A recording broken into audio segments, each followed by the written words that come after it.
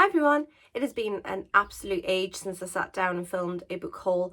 Things have just been busy, really busy, but I was recently in Florida for a holiday, and while I was there I took advantage of the huge bookshops that I found while I was there, and I have bought a lot of books, a lot. So I thought I'd do a book haul because, as I say, it's been a while, so yeah, here we go.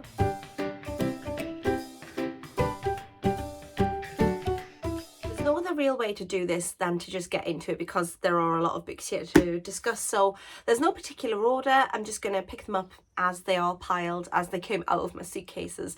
So the first one that I've got here is this one. This is One Last Secret by Adele Parks. I love Adele Parks, and I've read Adele Parks right from the beginning when she first used to write sort of female fiction.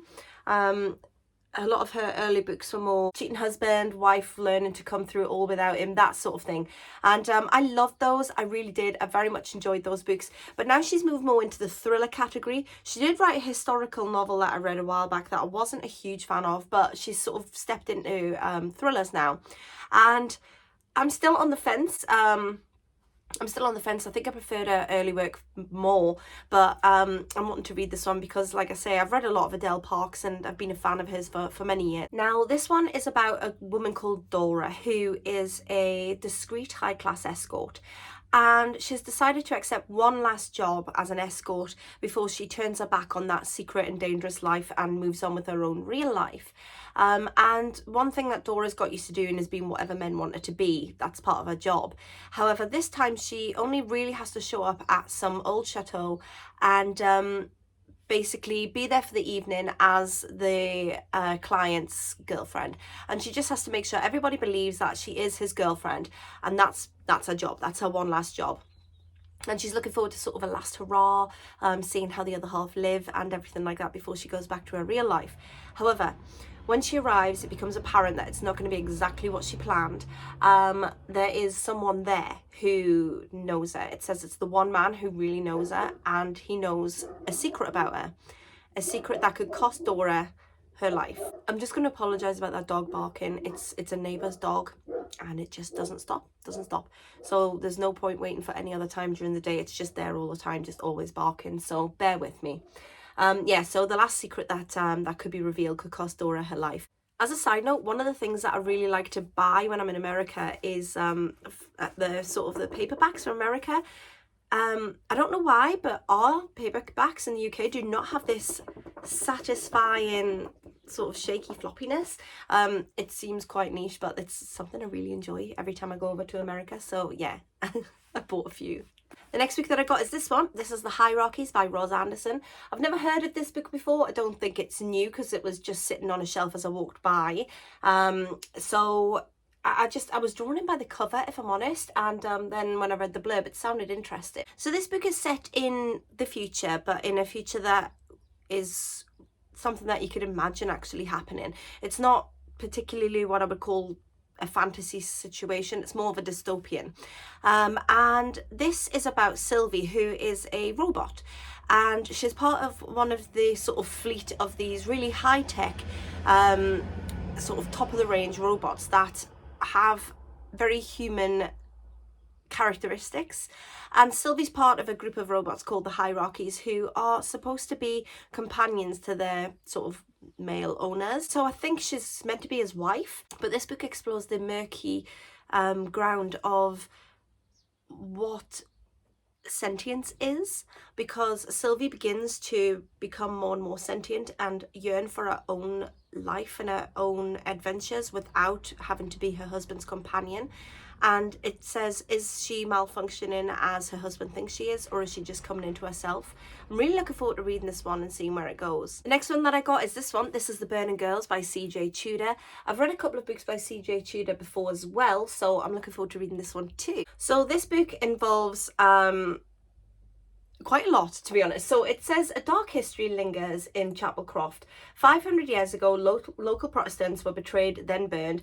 And then 30 years ago, 2 teenage girls disappeared without a trace. And then a few weeks ago, the parish vicar hanged himself at the nave of the church. So then Reverend Jack Brooks, a single parent with a 14-year-old daughter, they arrive in the town to take over. I'm assuming he's going to be the new reverend after the last one took his own life. And it says they're looking for a fresh start, so I'm guessing they've got some sort of either traumatic past or secrets that they don't want to come out. But it says when they arrive, they're given a weird sort of welcome kit.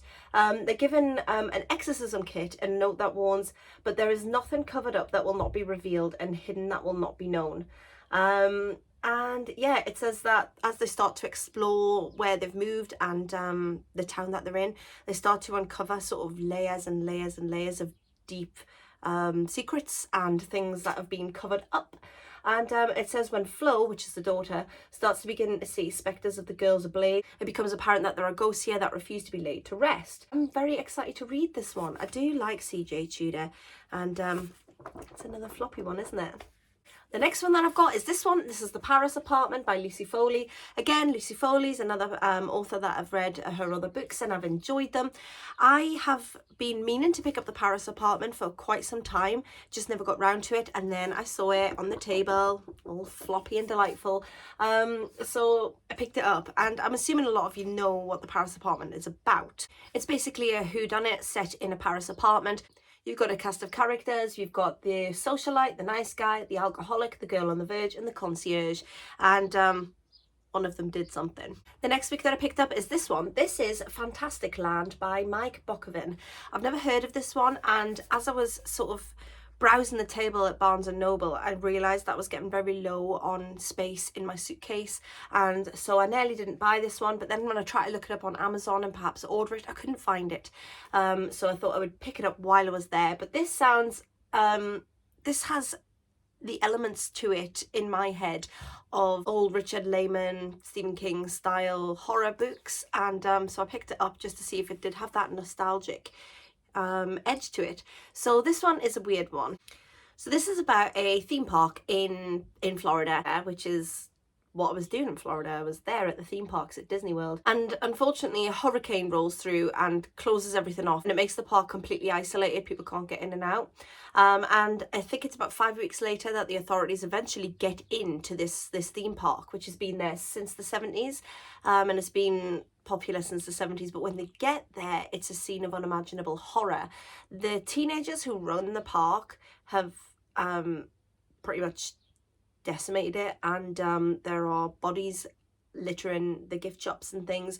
There are human remains, heads on spikes, and the videos of the whole situation end up going viral, and everyone is just absolutely shocked and appalled by what has gone on at this theme park. And it says it's presented as a fact-finding investigation and a series of first-person interviews. Fantastic Land pieces together the grisly series of events cut from a world and left on their own. The teenagers had formed rival tribes that viciously compete for food, medicine, social dominance, and even human flesh. This new social network divides the ravaged dreamland into territories ruled by pirates, the shop girls, the freaks, and the mole people. If meticulously curated online personas can replace private identities, what takes over when those constructs are lost? I can't wait to read this. I think this is going to be really good, but I think it's going to be grim, and that's what I like. The next one that I got is this one. This is The Rain by Joseph Turcotte, and this is a post-apocalyptic drama, which is something that I do love. This is about a post-apocalyptic America where rain started 19 years ago and just never stopped, and most of North America has been flooded in this time, and the survivors are sort of few and far between, and they've had to sort of resort to drastic measures to stay alive. And the people that are alive are left trying to avoid the face eaters, who are these people who are addicted to this strange meth style drug, and it has turned them into cannibals and savage killers. So you have these people who are just trying to live their life, but there are rumors of a safe haven in Colorado. And so this book follows what's the name, 17-year-old Tana and her adoptive caretaker Russell. and they're struggling to make their way across and get to this place, this safe haven that they've heard of. And again, this sounds very similar to the premise of The Road, and yeah, I'm really looking forward to reading it. The next book that I got, I picked up on a complete whim, and it was this one. This is Bill O'Reilly's Killing the Witches, and this is the horror of Salem, Massachusetts. This book is basically a look at what happened in Salem, Massachusetts in the 1600s when all of the witchcraft accusations came to light, and it was started by two young girls, I believe, who started sort of throwing fits and appearing to be possessed by the devil, and I think that's what sparked it all. And this is a look at basically how that all happened, what happened, and it says that it discusses how it opened the door to modern day witch hunts and things like that. And yeah, I'm just interested in reading it because I'm very interested in that genre, so I think I'm gonna dip into this one soon as well. Now, anybody who knows me knows that I love my Barnes & Noble leather bounds. I am obsessed with them. I've got a massive collection of them. I love them. They are just some of my favorite collections of books. My Barnes & Nobles, my Folio Society books, and my Penguin classics. They are just some of my absolute favorites, and I picked up quite a few of them while I was away. So the first one that I got, it's still in its packaging. I haven't took it out yet because I had it had them all still in their cellophane because I didn't want them getting ruined on the journey home. So then I bought this one. And then there were Non-Classic Mysteries by Agatha Christie. I've wanted this one for a while. I haven't been able to get hold of it in the UK, so I wanted to pick it up when I was there. And it has 3 different novels, and then there were Crooked House, and Endless Something, but I can't see what it is because it's got the sticker over it. And if I were more of an Agatha Christie fan, I might know which one it was, but I haven't actually read many of her books. So yeah, I'm looking forward to reading this one and having it in my collection because it is beautiful. But wait till you see what I've got next. Wait till you see this gorgeous one. Look at this. Anne Frank's diary. And yeah, it's Anne Frank's diary, but it's the Barnes & Noble version of it. It's got the gold sprayed edges. It's done in this print, which is a bit like the print of the real Anne Frank's diary. The real Anne Frank's diary had this sort of tartany type cover on it, and I just think it's absolutely beautiful. And I haven't read Anne Frank's diary in years. It's been a long time, but I have read a lot of other war literature around Anne Frank, the story of Anne Frank, and people who knew her. And yeah, I've read a lot in the same sort of vein, so I think it's about time that I read Anne Frank's book again. The next one that I've got is this one. This is Grimm's Fairy Tales. This is one of the children's collection ones, and it has silver sprayed edges. It's still in its cellophane, like I say, but it's got such a cute little picture there on the front. Look at that. I really like that. And then on the back it's got like sort of a holographic mirror, and it says, "Mirror, mirror, tell me true, who's the fairest, tell me who."